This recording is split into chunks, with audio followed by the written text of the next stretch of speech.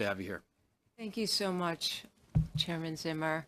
Yes, indeed, I'm reminded of elementary school tonight.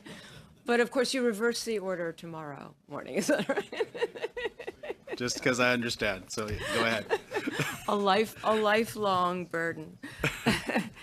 It's such an honor to be speaking with you here tonight, not in least in part because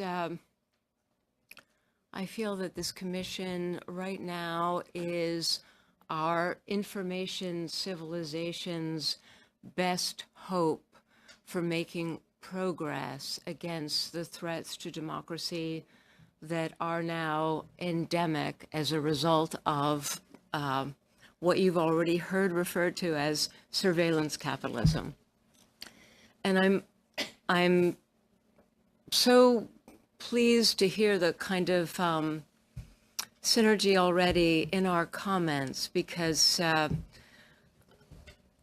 I wanted to begin also by saying that the themes that the Commission has identified to target, the themes of platform accountability, of data security and privacy, and of fake news and misinformation, that these are all effects, and they're effects of one shared cause.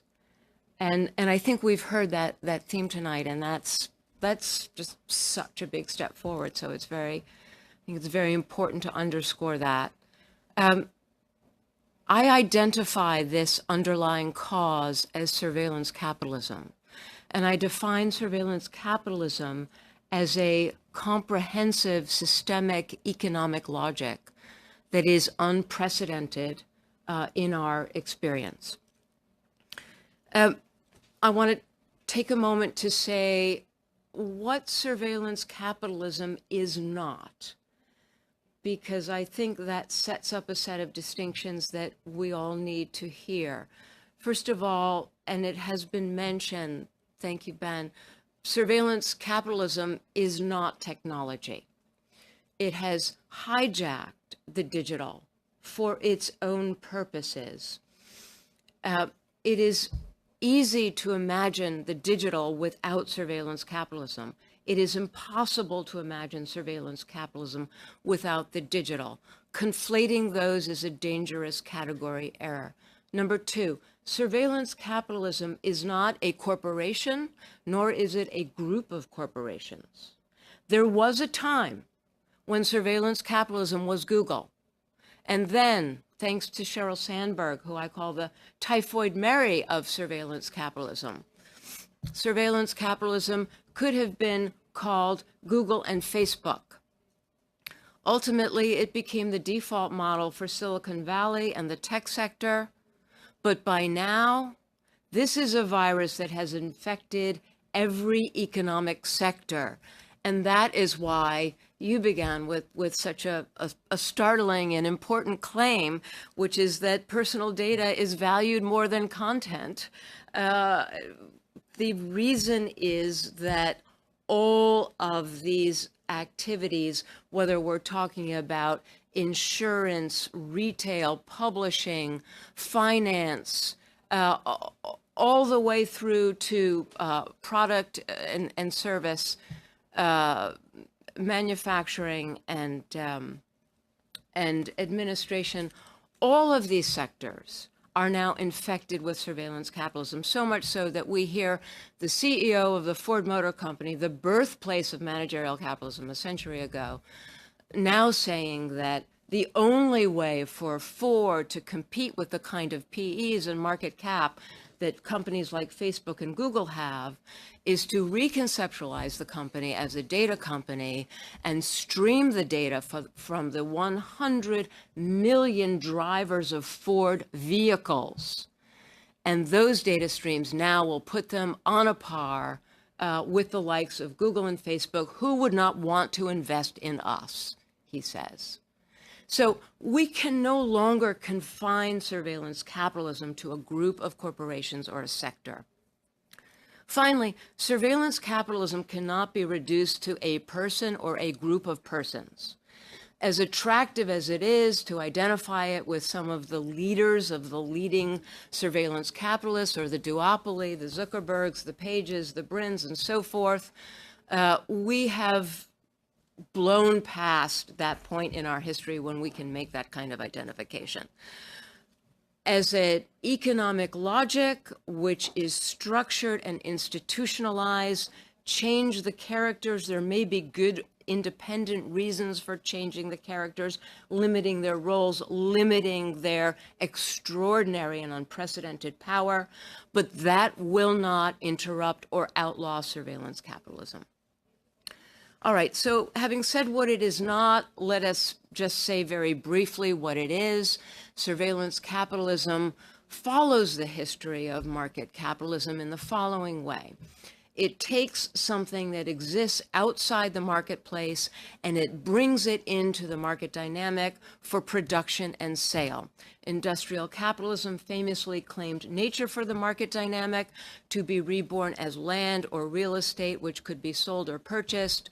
Surveillance capitalism does the same thing, but now with a dark and startling turn. What it does is it claims private human experience for the market dynamic. Private human experience is repurposed as free raw material. These raw material are rendered as behavioral data.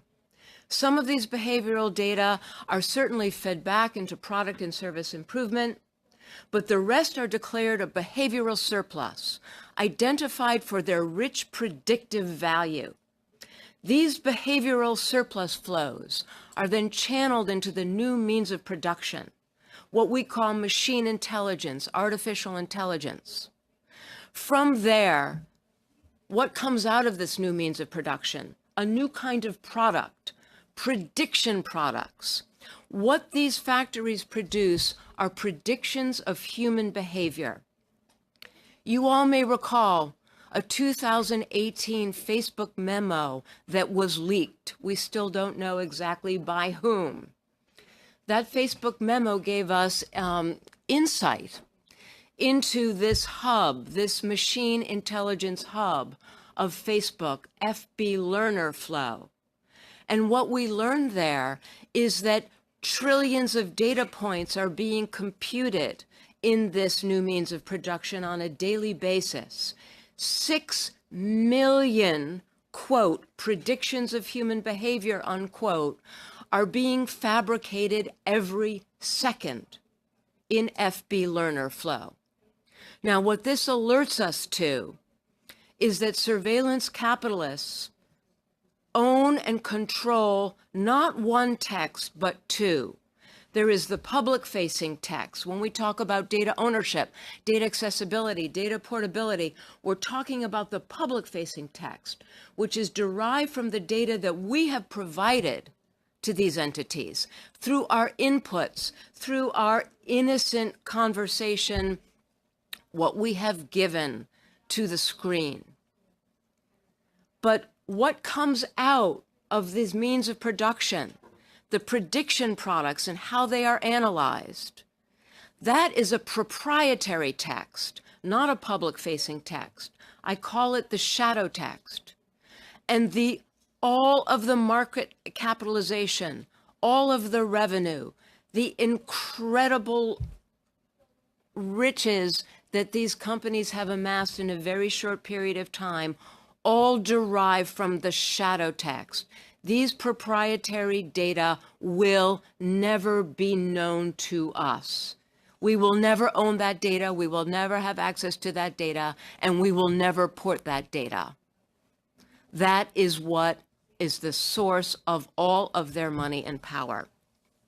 Now, what happens to these prediction products?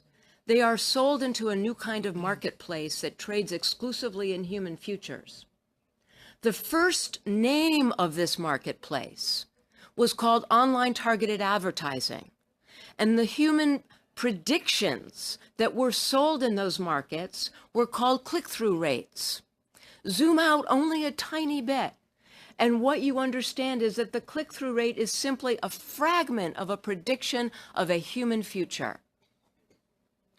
By now, we understand that these markets, while they began in the context of online targeted advertising, are no more confined to that kind of marketplace than mass production was confined to the fabrication of the Model T. Mass production was applied to anything and everything successfully. And this new logic of surveillance capitalism is following the same route. It is being applied to anything and everything successfully. Now, finally, when we look at these human futures markets, how do they compete? They compete on the quality of their predictions. What I have understood in studying these markets is that by reverse engineering these competitive dynamics, we unearth the economic imperatives that drive this logic. These economic imperatives are institutionalized in significant ecosystems that thread through our economy, from suppliers of behavioral surplus to suppliers of computational capabilities and analysis to market makers and market players.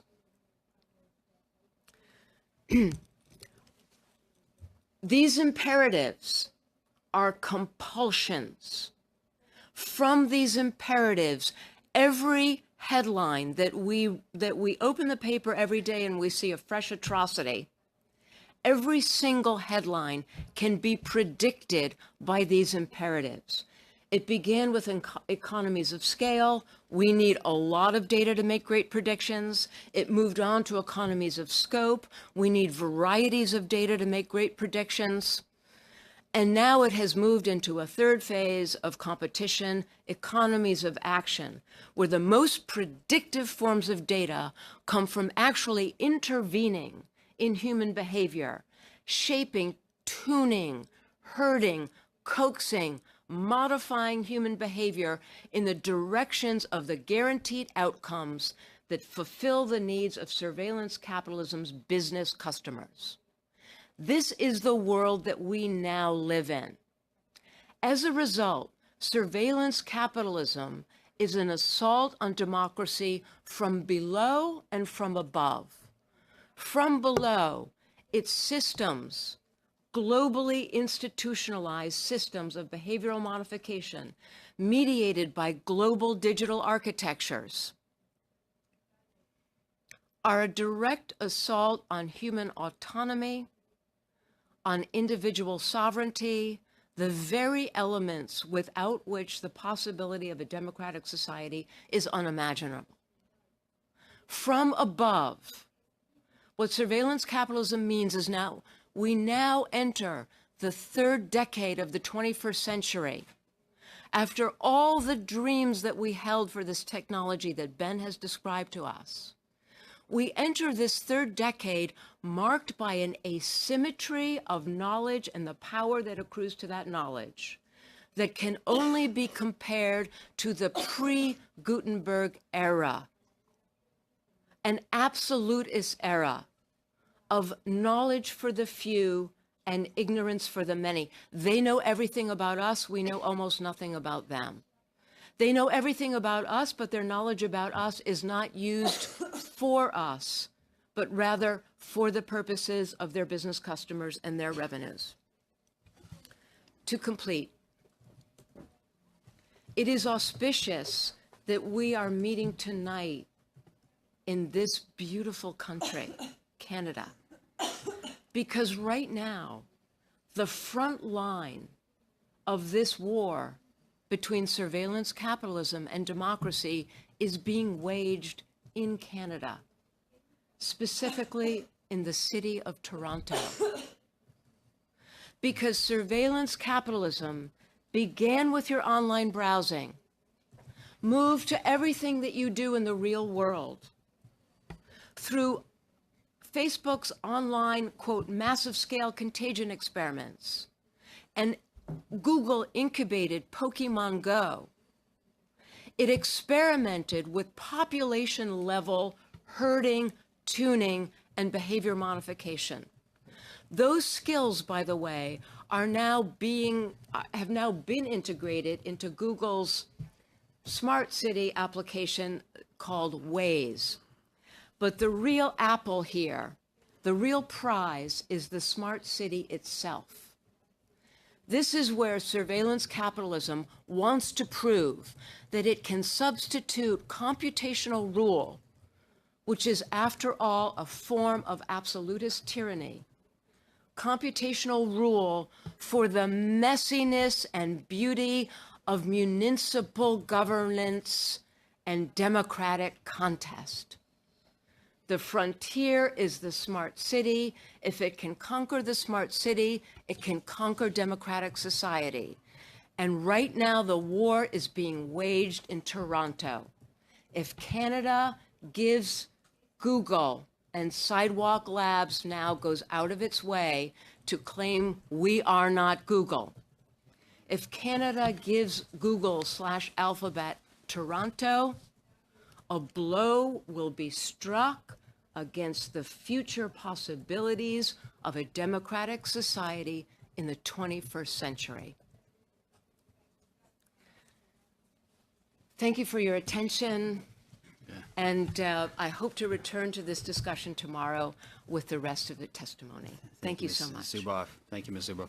Lastly, we'll go to Maria Reza. She's all the way from Manila in the Philippines. So go ahead, Ms. Reza.